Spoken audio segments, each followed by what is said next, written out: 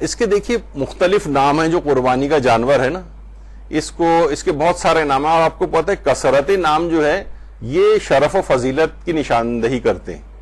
مثلا آپ دیکھتے ہیں اللہ کے کتنے 99 نام تو مشہور ہیں لیکن بے شمار نام ہیں، رسول اللہ کے کتنے نام ہیں، اور اسی طریقے سے امیر المومنین اور اللہم صلی علی محمد و آل محمد.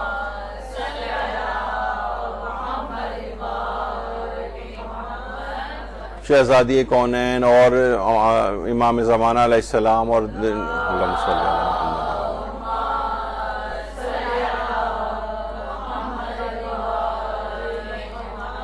یہ امام زمانہ علیہ السلام کی والدہ گرامی حضرت نرجس خاتون، ان کے کتنے نام آئے ہیں اس کے اندر. تو بہت سے لوگ کہتے ہیں بھائی اس کا مطلب ہے کہ ان ناموں کی کثرت کے معنی کہ آپ کے نام ہی متفق نہیں، اس کا مطلب ہے ان شخصیت کا ہونا ثابت ہی نہیں، جبکہ یہ شرف و فضیلت کی نشاندہی ہوتی ہے. کئی نام نرگس بھی ہے، نرجس بھی ہے، سوسن بھی ہے، سیقل بھی ہے، اور کتنے سارے ان کے نام اس طرح سے.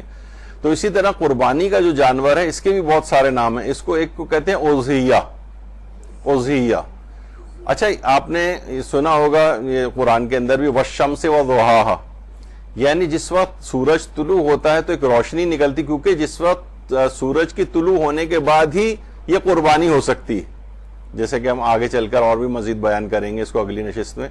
تو کیونکہ سورج نکلنے کے بعد ہوتی ہے قربانی، اس وجہ سے اس کو اضحیہ کہا جاتا ہے، اضحیہ بھی کہا جاتا ہے. دوسرا اس کا ایک اور نام ہے ہدی. اچھا ہدی جو ہے قرآن کے اندر بھی سورہ بقرہ میں آیا ہے، وَأَتِمُّوا الْحَجَّ وَالْعُمْرَةَ لِلَّهِ فَإِنْ أُحْصِرْتُمْ فَمَا اسْتَيْسَرَ مِنَ الْهَدْيِ. تو یہاں پر بھی ہدیے یا ہدی یہ قربانی کے جانور کا ایک نام اس کے اندر آیا ہے. قربانی کا جو جانور ہے اس کو ہدی کہا جاتا ہے، یہ ہدیے کہا جاتا ہے. تیسرا ایک اور نام اس کا قرآن میں آیا، اس کا نام ہے بدنا. وَالْبُدْنَ جَعَلْنَاهَا لَكُمْ مِنْ شَعَائِرِ اللَّهِ من شاعر اللہ.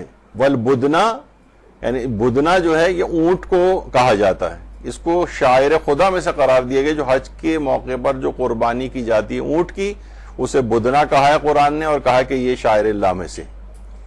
تو ایک نام اس کا بدنا بھی ہے. ایک اور نام اس کا بہیمت الانعام ہے. بہیمت الانعام فی ایام معلومات علی ما رزقہم من بہیمت الانعام. تو یہاں پر بھی قربانی کے جانور کا ایک نام قرآن نے بہیمت الانعام رکھا ہے. اس کا ایک اور نام قلائد بھی ہے. دیکھیے شرف و فضیلت اتنی زیادہ ہے اس کی کہ اس کے مختلف نام قرآن نے ذکر کیے ہیں. قلائد، یا ایھا الذین آمنوا لا تحلوا شعائر اللہ ولا الشہر الحرام ولا الہدی ولا القلائد. اچھا ہدی کہتے ہیں قربانی کے جانور کو، اور قلائد کہتے ہیں کہ وہ جانور کہ جس کے گلے میں کوئی نشان ڈالا جاتا تھا.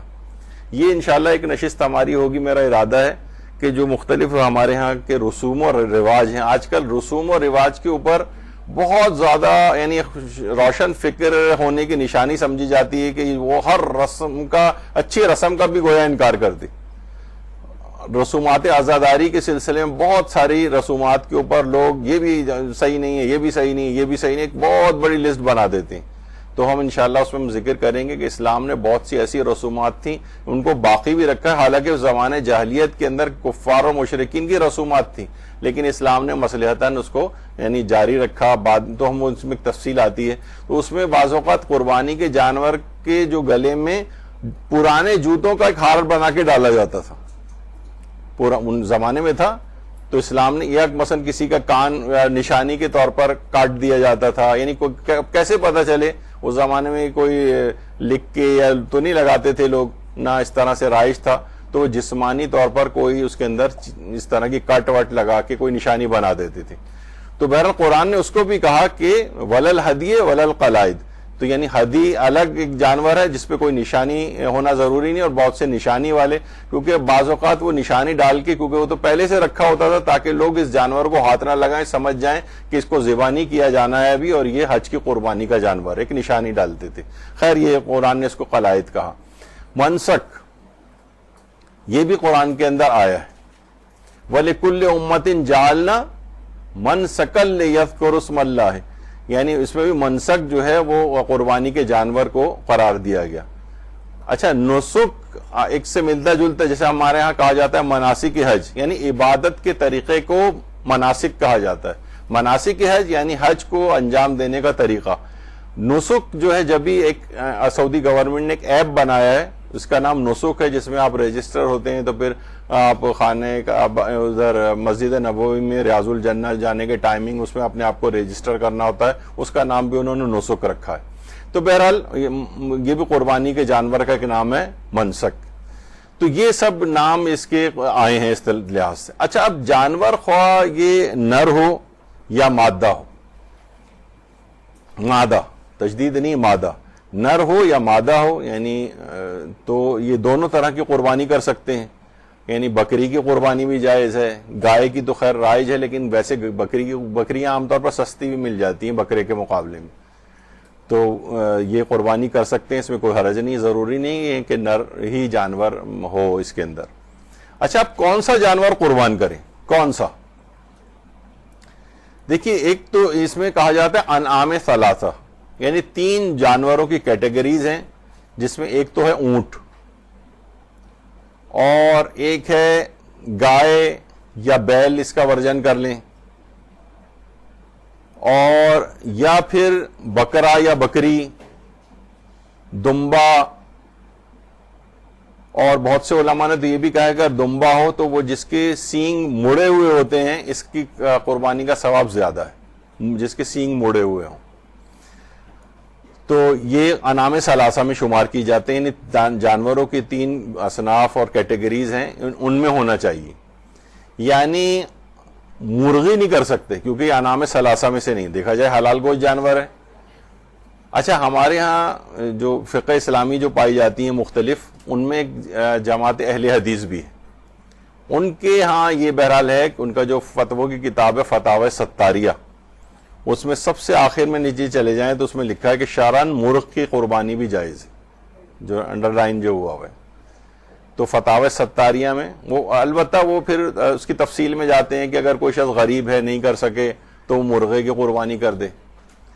حتیٰ کہ جو ان کے ایک بڑے اہم عالم دین ہے ابن حزم بھی فرماتے تھے کہ مرغے اور مرغی کی قربانی بھی جائز ہے، بلکہ جو زیادہ غریب ہو اور مرغ کی قربانی بھی افورڈ نہ کر سکے، وہ انڈے کی قربانی بھی کر سکتا ہے. بہرحال تو لوگ اس کو پھر بال کی کھال اتارتے ہیں، وہ کہتے ہیں پھر یہ جو کھال جو دی جاتی ہے تو یہ انڈے کا خول جو ہے ہم کس جگہ لے جا کر دیں، خیر. تو بہرحال اچھا، پھر وہ اس پہ اب یہ حضرت ابو ہریرہ کی بھی ایک روایت ہے، اور مختلف روایت پہ پھر ان کے علماء کے کچھ مناقشات ہیں، ہم اس میں نہیں جاتے بہرحال. لیکن بہرحال ان کے ہاں فتاوی ستاریہ کے اندر یہ ہے کہ مرغ کی قربانی بھی جائز ہے، اور بعض اوقات انڈے کی قربانی بھی. اچھا، اب دیکھا جائے تو اس کی ہرن جو ہے، اس کی شکل و صورت تو کافی بکرے سے ملتی جلتی، کہ اس کی قربانی کر سکتے ہیں؟ تو اس کا جواب یہ ہے کہ یہ بقرہ عید کی مستحب قربانی میں ہرن کی قربانی یہ کافی نہیں، کیونکہ انعام ثلاثہ میں نہیں آتا ہے. اسی طریقے سے مثلا ابھی کچھ دن پہلے ظاہر بڑا ایک شہرہ اٹھا تھا سحر و افطار میں مثلا شتر مرغ کھلانے کا، تو کوئی کہے کہ بھائی ہم شتر مرغ کی قربانی اگر کریں تو وہ بھی بہرحال انعام ثلاثہ، اگرچہ حلال گوشت جانور ہے لیکن انعام ثلاثہ میں نہیں، تو وہ بھی کافی نہیں ہوگا جب ہرن بھی کافی نہیں. تو بہرحال وہی بھیڑ، بکری، دمبا، اور مثلا گائے، بھینس، بیل اور یہ جو اونٹ ہے، اس کی قربانی میں سے کسی کا انتخاب کیا جائے. ایک اور ہے بھینس کی قربانی.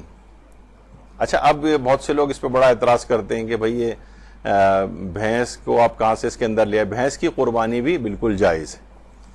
اردو میں تو بھینس کہتے ہیں، انگریزی میں بفیلو کہتے ہیں، اور گاؤ میش کہتے ہیں فارسی میں، اور جاموس کہتے ہیں عربی میں بھینس کو. اچھا، اب ویسے جو حاجی حضرات ہوتے ہیں وہاں پر ان کے لیے مکروہ ہے کہ وہ بھینس کی قربانی کریں، یعنی اس کا وہاں پہ بھی ہو جائے چل جائے گا لیکن ثواب کم ہے. بھینس کی قربانی بہرحال یہ ہے کہ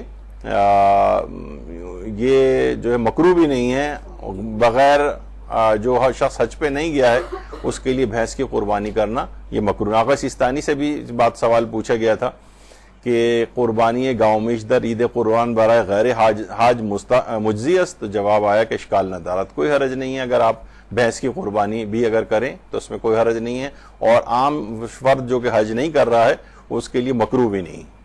اچھا اس کا فائدہ ایک یہ ہے کہ یہ بھینس کی قربانی ویسے ذرا پڑوسیوں وغیرہ کو یا جو لوگ ہیں وہ ذرا مذاق اڑائیں گے اس کا بہرحال، لیکن یہ کہ قربانی کے حوالے سے یہ کم قیمت کی بھی بھینسیں ہوتی ہیں، یعنی بھینس کی کوئی، کیونکہ اصل میں اتنا زیادہ مارکیٹ نہیں ہے اس کی، لوگ کرتے نہیں ہیں، تو یہ اس کے پیسے بھی نسبتاً کم ہوتے ہیں، لیکن کوئی قربانی کا اللہ کی رضا کی خاطر کم پیسوں میں قربانی کرنا چاہے تو کر سکتا ہے بھینس کی قربانی بھی۔ ہاں یہ ضرور ہے، بعض مستحبات میں سے قربانی کے جانور کا موٹا ہونا شریعت نے افضل قرار دیا ہے، موٹا تازہ ہو، اور بعض اوقات اتنے موٹے تازے بھی بیل ہوتے ہیں، پھر وہ لاکھوں میں اور کروڑوں میں بات ان کی چلی جاتی ہے۔ تو بہرحال یہ ضرور ہے کہ مستحبات میں سے ہے کہ جانور موٹا تازہ ہو۔ جب ہی کہا جاتا ہے نا کہ جانور کھاتا ہے، موٹا ہوتا ہے اپنے منہ کے ذریعے، کھاتا ہے موٹا ہوتا جاتا ہے، کہا جاتا ہے انسان موٹا ہوتا ہے اپنے کانوں کے ذریعے، اپنی تعریف سن سن کے انسان پھولتا جاتا ہے۔ تو بہرحال یہ جانور ان کے لیے مستحبات میں سے ہے کہ یہ موٹا تازہ ہو اور اس کا ثواب زیادہ ہے۔ ہاں البتہ ایک چیز اور بھی ہے کہ علماء یہ کہتے ہیں کہ دیکھیے یہ جو جانور ہے نا قربانی کا، اس کے ساتھ اس کا مذاق کرنا، اس کے ساتھ اس کو بہت فنی بنانا، کیونکہ یہ بہرحال آپ نے دیکھا کہ اس میں قربانی کے جانور کو نشانی لگاتے تھے تو لوگ اس کو ہاتھ بھی نہیں لگاتے تھے کہ بھائی یہ قربانی کا جانور ہے، بہرحال یہ ذبح ہوگا، ذرا تھوڑا سا اس کو ایک احترام دیتے تھے۔ یہاں پر یہ ہے کہ اس کو عجیب و غریب اس کے ساتھ جو ہے نا اس کی شکلیں جو ہیں بنائی جاتی ہیں، اور اس کو جو ہے اس کا ایک لحاظ سے مذاق جو ہے وہ اڑایا جا رہا ہوتا ہے، کچھ مختلف اس کی چیزیں، کوئی اس کے چشمے بنا رہا ہے، اس کی لگا رہا ہے، کوئی اس کے اوپر اسپرے کر رہا ہے، اور اس کو عجیب و غریب طریقے سے معاشرے میں جیسے ایک یعنی ایک فنی یا جوکر کے طرح سے اس کی جو ہے وہ بنائی جاتی ہیں شکلیں۔